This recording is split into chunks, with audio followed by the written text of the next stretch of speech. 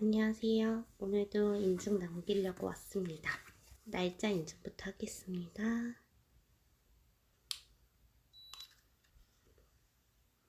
이렇게 0%로 나왔어요. 오늘은 제가 처음 정신의학과를 가게 된 경험을 말씀드리려고 해요. 일단 가기 전 증상 같은 경우는 히키코모리라고 해야 되나? 대학생 때 처음 시작이 됐는데 이제 방학 때만 되면 진짜 아무랑도 연락을 안 하고 심지어 낮과 밤이 바뀌어서 부모님 주무실 때 생활하고 낮에 자고 이러다 보니까 같은 집에 사는 가족들이랑도 마주치지 않게 살았던 거죠. 저는 아무것도 안 하면 오히려 불안감을 느끼는 성격이었어요. 그래서 무언가 반복적으로 계속 할 일을 찾았는데 그게 십자수였어요. 예능을 틀어놓고 계속 십자수만 했던 거죠. 그리고 그때 가장 뚜렷했던 증상은 밤에 불을 끄고 자지 못했어요. 주로 낮에 잤지만 어쨌든 어두운 거를 싫어했고 또 항상 옆에서 예능 소리가 나야지, 백색 소음이라고 하나요? 예능 소음이 나야지 잠을 잘 수가 있었어요. 질 좋은 잠을 잘 수는 없었어요. 지금도 무언가 틀어놓고 자야 되는 건 맞아요. 근데 다행히 불은 끄고 잘 수 있게 됐던 것 같아요. 여러 가지 상담을 통해서. 그래서 결국에는 저희 어머니가 그쪽으로 그래도 조금 깨어 있으셨어가지고 저를 억지로 데려가셨어요. 근데 이제 아무래도 처음 간 정신의학과가 제가 지금까지도 다녔던 정신의학과인데 그 선생님이 되게 냉정하시다고 해야 되나? 그러니까 아닌 거 아니라고 되게 정확하게 말씀을 해주셨어요. 저는 가서 되게 위로를 받고 제가 막 심리치료를 받는다는 게 무조건 저를 오고오고 해주면서 뭔가 저의 상처를 치유해줄 줄 알았는데 되게 직설적으로 저의 잘못된 점을 딱 말씀을 해주시고 노력해야 될 부분을 말을 해주시는 거예요. 근데 그때는 굉장히 제가 심리적으로 안정되지 못할 때다 보니까 받아들여지지가 않는 거예요. 그러니까 어떻게 보면 진짜 내 자신을 정확하게 마주보는 상황이 됐을 때 그게 너무 싫은 거죠. 그래서 한 달 정도 다니다가 병원을 바꿉니다. 조금 더 친절하다는 의사 선생님께 갔어요.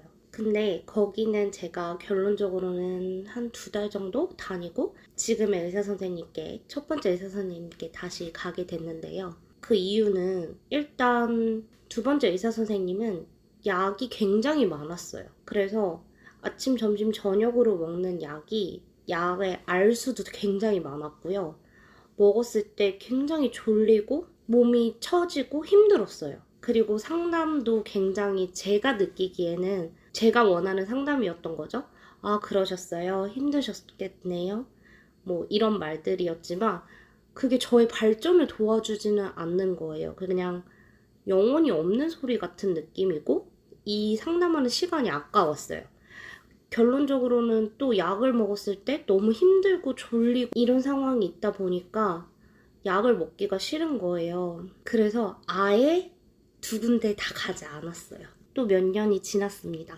이제 그때는 갑상선 저하증이랑 같이 우울증도 더 심하게 온 상황이 돼서 안 갈 수가 없는 상태였어요. 그래서 결국에는 맨 처음 의사 선생님께 다시 가게 되었습니다. 처음 의사 선생님의 가장 좋았던 점은 일단 약을 계속 줄이려고 노력을 많이 하시고 처음부터 많은 약을 처방해주지 않으세요. 그러니까 그 안에서 자꾸 줄이는 방향으로 약 처방을 해주셨고요. 처음에는 거부감이 들고 지적을 한다고 느꼈던 상담들이 굉장히 제 얘기를 다 듣고 관찰하시고 해주는 말들이라고 생각이 드니까 그 말들이 어느 순간부터는 받아들여지게 되고 의사 선생님이 조언해 주신 대로 제가 생각을 바꿔보고 행동을 했을 때 다른 결과들이 나오는 거예요. 결국엔 제가 의사 선생님한테 말을 했을 때 공통적인 부분은 저 사람이 나를 이렇게 힘들게 한다. 저 상황이 나를 이렇게 힘들게 한다. 항상 저의 중심이 아닌 제 주변 상황의 탓을 많이 했던 거죠. 근데 이제 의사 선생님께서 말씀을 해주시는 건 그 상황도 결국에 이제 제가 만들어낸 것들이다 라는 게 있었어요. 맨 처음 저의 가장 큰 문제점은 착한 아이 컴플렉스라고 하죠.